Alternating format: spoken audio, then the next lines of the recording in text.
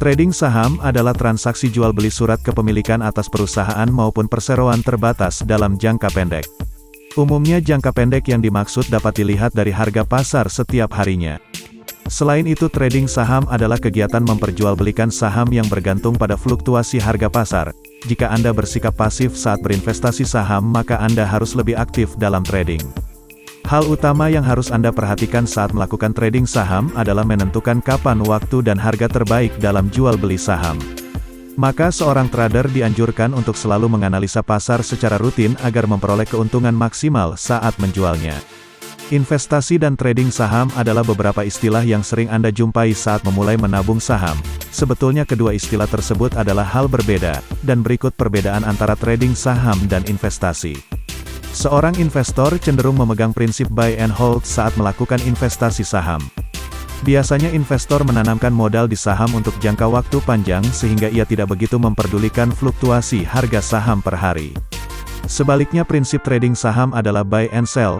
Trader akan membeli sebuah saham pada kisaran harga tertentu dan akan menjualnya kembali dalam jangka waktu dekat jika nilai saham telah mencapai angka yang diinginkan oleh trader.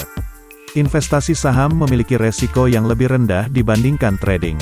Biasanya investor akan memilih saham blue chip disertai fundamental perusahaan yang baik, sedangkan trader cenderung saham kelas 3 atau istilah dalam trading saham yaitu saham dengan potensi mengalami fluktuasi cukup tinggi.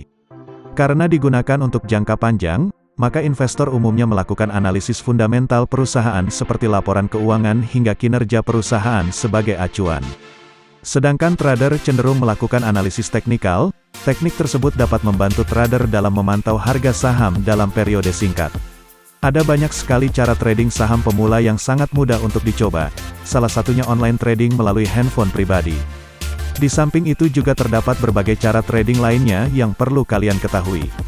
Semua cara trading tidak akan berhasil jika tidak dilakukan dengan kesabaran. Sebagai pemula, Anda disarankan untuk menggunakan modal kecil dan kemudian dapat menambah jumlahnya seiring bertambahnya kemampuan trading Anda.